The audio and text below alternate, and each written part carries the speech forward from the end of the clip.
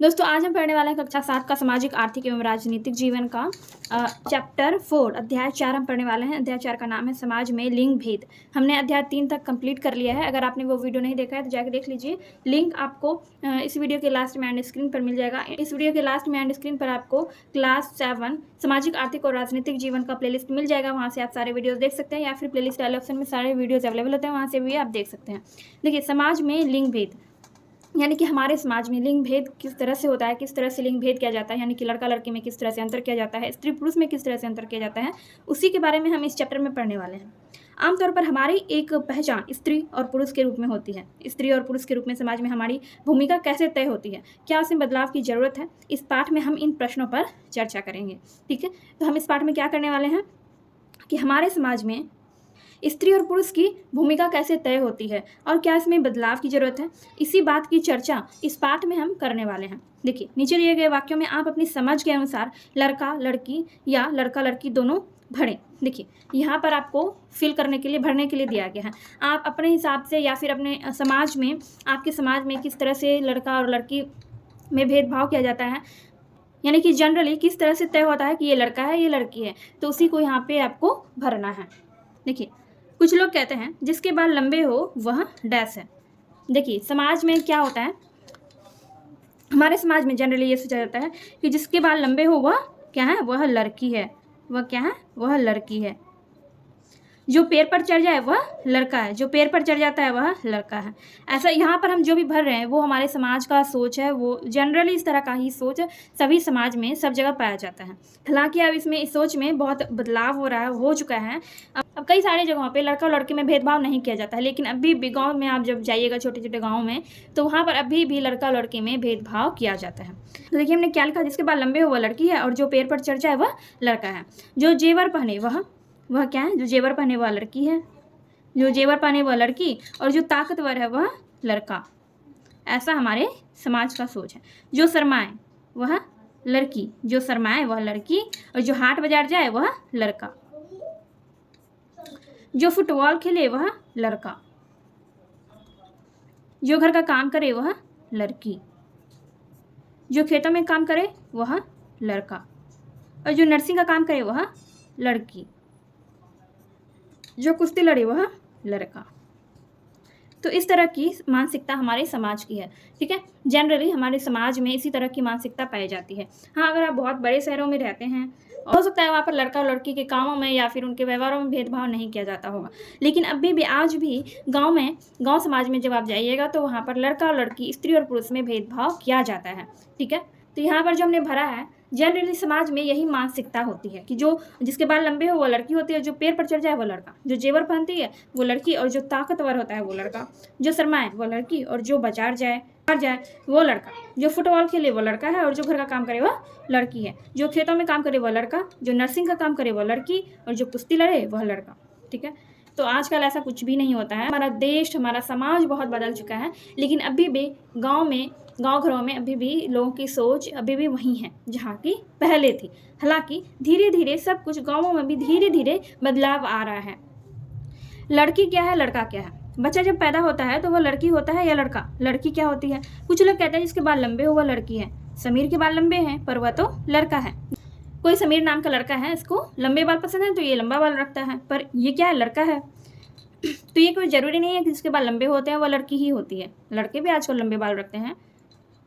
कुछ लोग कहते हैं जो जेवर पहने वह लड़की। मदन माला पहनता है और कानों में बाली भी पहनता है और वह लड़का है। ये देखिए, मदन है और इसने क्या किया है, गले में माला पहना हुआ है और कानों में बाली भी पहनी है, क्योंकि इसको शौक है। ये लड़का है फिर भी इसको शौक है जेवर पहनने का, तो ये पहनता है। तो ऐसा कोई ज़रूरी नहीं है कि जेवर सिर्फ लड़कियाँ ही पहनती है। लड़का क्या होता है, कुछ लोग कहते हैं जो नेकर यानी हाफ पैंट पहने वो और पैरों पर चढ़ जाए वो लड़का है।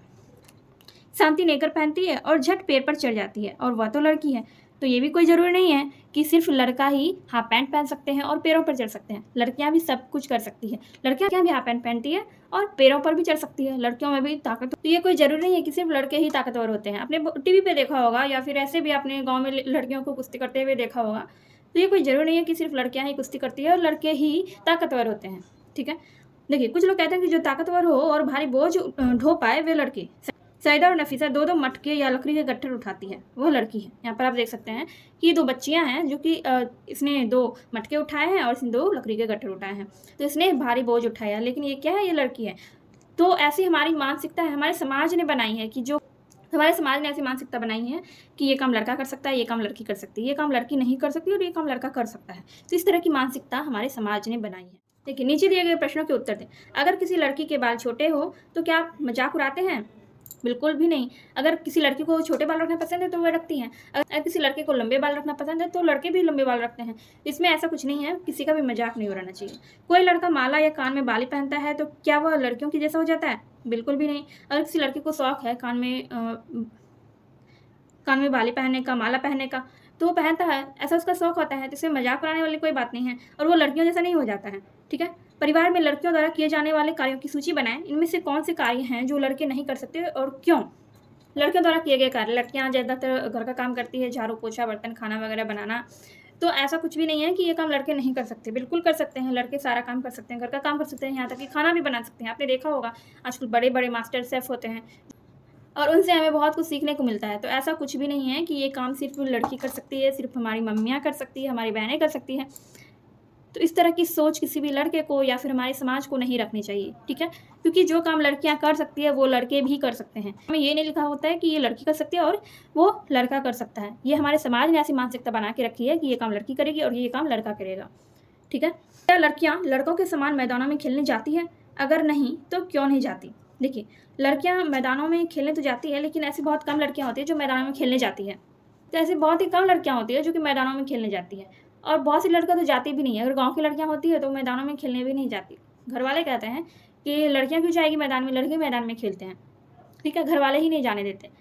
इस तरह से घर वालों की वजह से, समाज की वजह से बहुत सारी लड़कियाँ मैदानों में खेलने नहीं जाती। लेकिन आप जब शहरों में जाएंगे, शहरों में देखेंगे तो लड़का लड़की सब मैदानों में जाके खेलते हैं। ठीक है, तो वहाँ पे ऐसा कुछ भी नहीं होता। जहाँ पर लड़के लड़की में ज़्यादा भेदभाव किया जाता है वहाँ पर ऐसा होता है। अगर आप लड़की हैं तो क्या बड़ी होकर सुरक्षा बल में काम करना पसंद करेंगी? और अगर आप लड़का हैं तो क्या नर्सिंग की ट्रेनिंग लेना पसंद करेंगे? हाँ तो क्यों और नहीं तो क्यों नहीं? देखिए, लड़कियां सुरक्षा बल में हर पद पर काम कर रही है, तो ऐसा कुछ भी नहीं है कि लड़कियां सुरक्षा बल में काम नहीं कर सकती या फिर लड़के नर्सिंग का काम नहीं कर सकते। लड़के भी नर्सिंग का काम करते हैं, लड़कियां भी सुरक्षा बल में काम करती है। तो आज ज़माना बहुत बदल चुका है। वैसे ये पहले हमारे समाज की सोच है। जैसे आज लड़कियां पुलिस बनती हैं, हर क्षेत्र में लड़कियां काम कर रही हैं। बहुत पहले ये मानसिकता थी कि इस क्षेत्र में लड़कियां काम नहीं कर सकती, इस क्षेत्र में लड़के काम कर सकते हैं। तो ऐसा बहुत सारा क्षेत्र था जहाँ पर लड़कियों के लिए पद भी रिक्त नहीं होता था, लेकिन अब हर क्षेत्र में लड़कियों के लिए पद रिक्त होता है, यानी खाली होता है, और लड़कियों को वो पद दिए जाते हैं जो पहले सिर्फ और सिर्फ लड़कों को दिए जाते थे।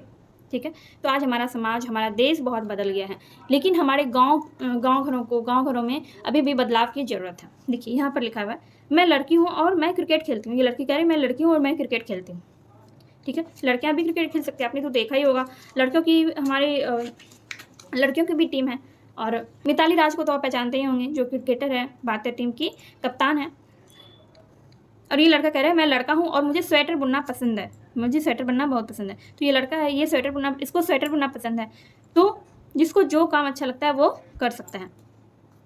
हमें इससे कोई परेशानी नहीं है, तो फिर समाज परेशान क्यों? भाई, समाज का यही काम है। लिंग मनुष्य की जैविक संरचना है। प्रजनन अंग यह निर्धारित करते हैं कि हम स्त्री हैं या पुरुष। बच्चे के जन्म एवं स्तनपान जैसे कार्यों में महिलाओं के विशिष्ट एवं प्राकृतिक गुण होते हैं। यह फर्क जैविक संरचना के कारण होता है। ठीक है, देखिए, लिंग क्या है? मनुष्य की जैविक संरचना है, ये तो भगवान ने बनाया है। ठीक है, प्रजनन अंग यह निर्धारित करता है कि हम स्त्री हैं या पुरुष हैं। और बच्चे को जन्म देना, बच्चे को स्तनपान कराना, यानी कि बच्चे को दूध पिलाना, ये सब महिलाओं में विशिष्ट गुण होते हैं। ये प्राकृतिक गुण होते हैं, भगवान द्वारा, ईश्वर द्वारा दिए गए गुण होते हैं। ठीक है, और यह फर्क जैविक संरचना के कारण होता है। अक्सर लोग जेंडर का अर्थ लिंग यानी स्त्रीलिंग व पुल्लिंग के लिए करते हैं। यह एक गलत धारणा है। जेंडर हमारे सामाजिक व्यवहार को दर्शाता है। सामाजिक रूप से यह तय होता है कि महिला एवं पुरुष को क्या पहनना चाहिए, क्या काम करना चाहिए, कैसे व्यवहार करना चाहिए आदि। ये सभी लिंग भेद जेंडर या सामाजिक लिंग कहलाते हैं। समय के साथ साथ समाज बदलता है। लिंग क्या है? ये एक जैविक संरचना है जो कि हमारे ईश्वर ने हमें प्रदान किया है। ठीक है, लेकिन समाज ने क्या धारणा बना ली है कि लिंग के आधार पर, जैसे कि ये स्त्री है और ये पुरुष है, तो स्त्री को ये काम करना चाहिए और पुरुष को ये काम करना चाहिए, ऐसी धारणा समाज ने बना ली है। लेकिन समय के साथ साथ समाज भी बदल रहा है। इस तरह सामाजिक लिंग की परिभाषा भी बदलती है। जैसे कई वर्ष पूर्व लड़कियों को स्कूल नहीं जाने दिया जाता था, लेकिन अब इस सोच में कुछ परिवर्तन आया है। बहुत समय पहले लड़कियों को बिल्कुल भी नहीं पढ़ाया जाता था, बाहर भेजा ही नहीं जाता था, लेकिन अब लड़कियों को पढ़ाई करने के लिए बाहर भी भेजा जाता है। लड़कों के समान बराबर शिक्षा दी जाती है। लड़के और लड़कियों का विकास। परिस्थिति 1, जावेद और शबाना का बड़ा होना। यहाँ पर हम जावेद और शबाना के बारे में पढ़ेंगे इसमें, ठीक है। खुर्शीद और उनकी पत्नी रेशमा दोनों सरकारी कर्मचारी हैं। खुर्शीद और उनकी पत्नी रेशमा, ये दोनों पति पत्नी हैं और दोनों सरकारी कर्मचारी हैं, दोनों नौकरी कर रहे हैं। उनके 2 बच्चे हैं, शबाना और जावेद। शबाना 7वीं कक्षा की छात्रा है और जावेद 8वीं कक्षा का छात्र। सुबह उठकर परिवार के सारे लोग एक नियमित दिनचर्या के अनुसार अपने अपने कामों में लग जाते हैं। चाय पीने के बाद हुसैन घर की सफाई करते हैं और रेशमा रसोई का काम संभालती है। बच्चे सारे कमरों का बिस्तर ठीक करने पढ़ने बैठ जाते हैं और नाश्ता करने के बाद शबाना और जावेद अपने अलावा माँ और पिता के लिए भी लंच बॉक्स तैयार करते हैं। शाम को विद्यालय से लौटने के बाद दोनों हाफ पैंट और टी शर्ट पहनकर क्रिकेट खेलने नजदीक के मैदान में चले जाते हैं। दोनों अपने स्कूल के क्रिकेट टीम के सदस्य हैं। जावेद लड़कों के टीम का सदस्य है और शबाना लड़कियों की टीम की कप्तान है। दोनों बड़े होकर देश के लिए खेलना चाहते हैं। इस सपने को पूरा करने के लिए इनके माता पिता पूरी तरह से इनका सहयोग भी करते हैं, ठीक है। यहाँ पे नाम में थोड़ा गलती हो गया, खुर्शीद और यहाँ पे हुसैन, तो इसी के बारे में यहाँ पर कहा जा रहा है कि जो दोनों पति पत्नी हैं ये क्या करते हैं, ये लोग खुर्शीद और इनकी पत्नी रेशमा, इनके 2 बच्चे हैं, शबाना और जावेद, ठीक है। शबाना 7वीं कक्षा में पढ़ती है और जावेद 8वीं कक्षा का छात्र है। लेकिन ये दोनों भाई बहन मिलजुल कर घर का काम करते हैं, अपने मम्मी पापा के लिए लंच बॉक्स तैयार करते हैं और स्कूल से आने के बाद दोनों हाफ पैंट और टी शर्ट पहन लेते हैं, दोनों भाई बहन, और दोनों क्रिकेट खेलने के लिए नज़दीक के मैदान में चले जाते हैं, ठीक है। तो इसमें क्या आपको दिख रहा है, इसमें इक्वालिटी दिख रही है, यानी कि दोनों में समानता दिख रही है। यहाँ पर लड़का और लड़की में भेदभाव नहीं किया जा रहा है, ठीक है। अब हम दूसरा परिस्थिति देखते हैं। अब श्यामा की कथा हम देखेंगे, श्यामा की कहानी देखेंगे। तो इसके साथ क्या होता है, श्यामा समझ नहीं पाती कि ऐसा क्यों होता है। वह सुबह से उठकर ढेर सारा काम अकेले ही करती है। गाय लेकर जंगल में जाती है, किसी को कोई परेशानी नहीं होती। वह भी अपने भाई रवि की तरह स्कूल जाना चाहती है। माँ, पिताजी, दादा सब यही कहते हैं कि इतनी दूर लड़की जाति को पढ़ने नहीं भेजेंगे, बस 5वीं तक गांव के स्कूल में पढ़ा लिया, इतना बहुत है। पता नहीं क्यों होता है ऐसा। उसे याद है चाची चटनी के लिए आम मांगती है तो वो दौड़ कर जाती और झट से तोड़ कर ले आती। गांव के मास्टर जी कहते हैं ये तो हिरनी है, पर इसे एक बार भी दौड़ प्रतियोगिता में भाग लेने नहीं दिया गया। कोई पूछता है तो पिताजी यह कह देते हैं कि गांव में मध्य विद्यालय नहीं रहने के कारण से नहीं पढ़ा रहे हैं। जबकि श्यामा को पता है कि वह सोचते हैं कि पढ़ लिख कर तो यह भी चूल्हा ही फूकेगी। अब तो पिताजी श्यामा की अम्मा से एक दिन उसके ब्याह करने की बात भी कर रहे थे। तो यहाँ पर आपको इस कहानी से क्या समझ आया, यहाँ पर लड़की और लड़का में फ़र्क किया जा रहा है। लड़के को पढ़ाई के लिए बाहर भेजा जा रहा है, गाँव से बाहर भेजा जा रहा है, लेकिन लड़की से सारा काम, घर का सारा काम करवाया जा रहा है, लेकिन उसे पढ़ाया नहीं जा रहा है, ठीक है। यहाँ पर हमने देखा कि लड़का और लड़की में फ़र्क नहीं किया जा रहा है, लेकिन यहाँ पर हमने देखा कि लड़का और लड़की में फ़र्क किया जा रहा है, ठीक है। तो इस स्थितियों में आपने अंतर देखा। अब यहाँ पर देखिए परिस्थिति 3, गोविंद का बड़ा होना।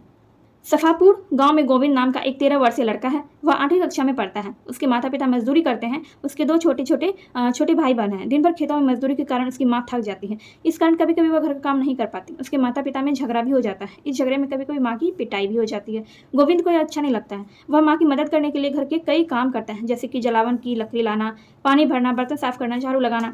माँ के घर लौटने के पहले वह सब्जी बनाकर भी रख लेता है। घर के काम के कारण वह कभी कभी दोस्तों के साथ खेलने भी नहीं जा पाता। इस कारण उसके दोस्त भी उसे चिढ़ाते हैं। वह सोचता है क्या लड़कों का घर का काम करना ठीक नहीं है। देखिए ऐसा कुछ भी नहीं है। लड़कों को भी अगर वो अपनी माँ की मदद कर रहा है, गोविंद अपनी माँ की मदद कर रहा है, तो इसमें क्या बुराई है। घर का काम सभी कर सकते हैं, चाहे लड़का हो या लड़की, ठीक है। तो इसके अगर छोटे छोटे भाई बहन है, गोविंद के छोटे छोटे भाई बहन है, इसकी माँ अकेले काम करती है, तो अगर ये अपनी माँ की थोड़ी मदद कर देता है तो इसमें कोई बुराई नहीं है। हमें भी ऐसी सोच नहीं रखनी चाहिए। कोई बात ही नहीं है कि घर का काम सिर्फ माँ ही करेगी या फिर बहनें ही करेगी, ठीक है। अगर आप लड़के हैं, अगर आपकी माँ अकेली काम कर रही है, तो आप भी अपनी माँ की मदद कर सकते हैं।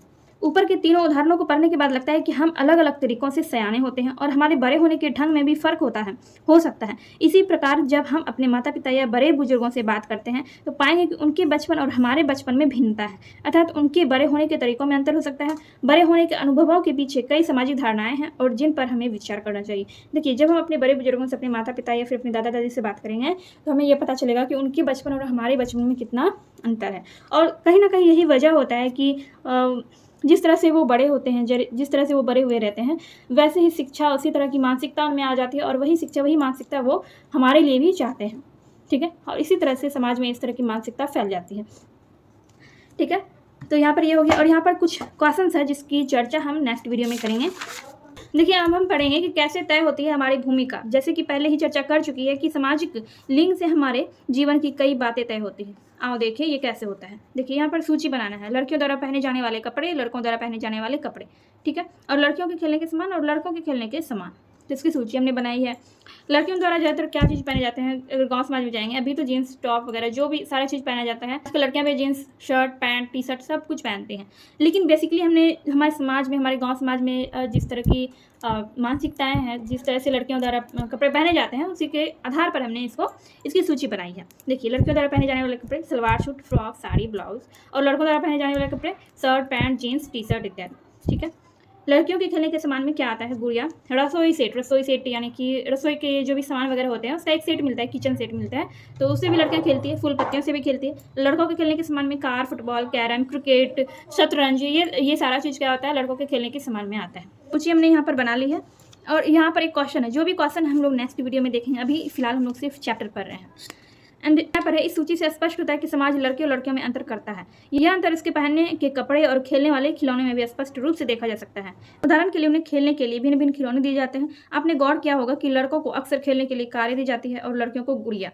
बचपन में इन खिलौनों को देने का भी एक मतलब होता था। ये खिलौने इस बात को दर्शाने के लिए माध्यम होते हैं कि बड़े होकर जब वे स्त्री या पुरुष होंगे तो उनका जीने का तरीका अलग अलग होगा। ठीक है। तो मैंने जैसा कि आपको कहा कि समाज की मानसिकता के अनुसार ही हमने यहाँ पर सूची बनाई है, और इस तरह से भिन्नता, इस तरह से जो भेदभाव है समाज में, लड़का का भेदभाव समाज में लड़के और लड़कियों के साथ किया जाता है। बचपन से ही उन्हें अलग अलग तरह के कपड़े पहनने के लिए दिए जाते हैं। लड़कों को अलग कपड़े, लड़कियों को अलग कपड़े, और लड़कियों को अलग खेलने का सामान दिया जाता है और लड़कों को अलग सामान खेलने के लिए दिया जाता है। तो बचपन से ही लड़के लड़कियां समाज द्वारा तय की गई पुरुष व स्त्री की भूमिकाओं को सहज रूप से ग्रहण कर लेते हैं। धीरे धीरे वे सोचने लगते हैं, या तो उनके प्राकृतिक गुण है, जीवन भी उसी आधार पर जीना चाहिए। अगर गहराई से विचार करें तो यह अंतर प्रायः प्रतिदिन की छोटी छोटी बातों में देखने को मिलती है। लड़कियों को कैसे कपड़े पहनने चाहिए, लड़कियों को रौबदार आवाज़ में बात करनी चाहिए आदि, ये सब बताने भर के तरीके हैं कि जब वे बड़े होकर स्त्री या पुरुष बनेंगे तो उनकी विशिष्ट भूमिकाएं होंगी। बाद के जीवन में ये सारी चीज़ें तय करती है कि आप कौन से विषय पढ़ेंगे, आपके व्यवसाय क्या होंगे, आपके जीने के तरीके क्या होंगे। यह सब सामाजिक रूप से तय होता है। ठीक है। तो जिस तरह से व्यवहार उनके साथ लड़के और लड़कियों के साथ बचपन से किया जाता है, उसी तरह की मानसिकता भी उनमें बड़े होकर आ जाती है, और उसी के आधार पर बड़े होकर वो जीवन जीना चाहते हैं। ठीक है। तो इस तरह से लड़के और लड़कियों में, स्त्री और पुरुषों में भेदभाव किया जाता है। बचपन से ही उन्हें यह एहसास दिलाया जाता है कि तुम लड़की हो और तुम लड़के हो, तुम्हें इस तरह का काम करना चाहिए, तुम्हें इस तरह का काम नहीं करना चाहिए, और लड़के इस तरह का काम करेंगे और इस तरह का काम नहीं करेंगे। ठीक है। तो ये चीज़ उनमें बचपन से ही उनमें ये मानसिकता डाल दी जाती है। अब यहाँ पर है ऊपर दी गई घड़ियों के चित्र के बाहर उठने से लेकर सोने तक की दिनचर्या दर्शाइए। देखिए, माँ के द्वारा किया गया कार्य, पिताजी के द्वारा किया गया कार्य। यहाँ पर आप लोग अपने अपने अनुसार दर्शा सकते हैं। आपकी माँ दिन भर में क्या काम करती है, रात में क्या काम करती है, फिर पिताजी दिन में क्या काम करते हैं और रात में क्या काम करते हैं, कब उठते हैं, कब सोते हैं, ये सारा दिनचर्या जो है आप इसमें बना सकते हैं। घरेलू कार्य का मूल्य। दूसरे समाजों की तरह अपने समाज में भी पुरुषों और स्त्रियों की भूमिकाओं और उनके काम के महत्व को समान नहीं समझा जाता है। पुरुषों और स्त्रियों का दर्जा एक जैसा नहीं होता है। आइए देखते हैं कि पुरुषों और स्त्रियों के द्वारा किए जाने वाले कामों में यह असमानता कैसे है। ठीक है। आज के समाज में भी, आप शहरों में भी देखेंगे और गांव में तो ज़्यादातर पाया जाता है कि स्त्री और पुरुषों के काम में असमानता पाई जाती है। स्त्रियाँ चाहे घर का कितना भी काम करें, उनके घरेलू कार्य का कोई मूल्य नहीं होता है, लेकिन पुरुष अगर बाहर जाकर काम करे तो उनका बहुत मूल्य होता है। केंद्रीय सांख्यिकी संगठन के आंकड़े अब यहाँ पर दिया गया है। वेतन के साथ काम, वेतन के साथ काम स्त्री पुरुष, बिना वेतन के काम स्त्री, बिना वेतन के काम पुरुष, काम के कुल घंटे स्त्री और काम के कुल घंटे पुरुष। अब यहाँ पर देखिए, हरियाणा में वेतन के साथ काम स्त्री कितने काम कर रही है प्रति सप्ताह, और वेतन के साथ काम पुरुष कितना काम कर रहा है 38 घंटा। वहीं पर बिना वेतन के काम स्त्री 30 घंटे काम करती है और पुरुष बिना वेतन के 2 घंटे काम करता है। काम के कुल घंटे स्त्री टोटल 53 घंटे काम करती है हर सप्ताह, और पुरुष हर सप्ताह 40 घंटे ही काम करते हैं। तो ज़्यादा काम कौन कर रहा है? स्त्री। तो ज़्यादा काम कौन कर रहा है? स्त्री कर रही है। ठीक है। तो ऊपर के आंकड़े और अपने उत्तर पर गौर करने पर पता चलता है कि अधिकांश महिलाएं पुरुषों से ज़्यादा काम करती हैं। महिलाएं पुरुषों से ज़्यादा काम करती हैं, पर वास्तविकता यह है कि इतना काम करने के बावजूद हम सोचते हैं कि घरेलू काम भी क्या कोई काम है। घर के काम की मुख्य जिम्मेदारी स्त्रियों की होती है, जैसे कि घर की देखभाल संबंधी कार्य, परिवार का ध्यान रखना, विशेषकर बच्चों और बुजुर्गों और बीमारों का। फिर भी जो काम घर के अंदर किया जाता है उसे काम के रूप में पहचान नहीं मिलती है। इसे ऐसा समझ लिया जाता है कि ये तो औरतों का स्वाभाविक गुण है, इसके लिए किसी को कोई खर्च नहीं करना पड़ता, इसलिए समाज में इन कार्यों को अधिक महत्व नहीं दिया जाता है। इस सोच के चलते महिलाओं और पुरुषों की तुलना में कमतर आंका जाता है। इस सोच के चलते महिलाओं को पुरुषों से कम आंका जाता है। मतलब लोग सोचते हैं कि स्त्रियों का तो ये काम है, उनका तो स्वाभाविक गुण ही है कि वो घर का काम करे, बच्चों को संभाले, बर्तन धोए, झाड़ू लगाए, पोछा लगाए, खाना बनाए, ये सब स्त्रियों का स्वाभाविक गुण है। और ऐसा कुछ भी नहीं होता है, ये सब समाज की मानसिकता के चलते ऐसा होता है। ठीक है। लेकिन घर का काम तो पुरुष भी कर सकते हैं, पुरुष भी झाड़ू लगा सकते हैं, पोछा लगा सकते हैं और खाना बना सकते हैं, बच्चों को संभाल सकते हैं। लेकिन लोग क्या सोचते हैं कि औरतों के द्वारा किया गया काम ये कोई काम नहीं है, ये उनका स्वाभाविक गुण है।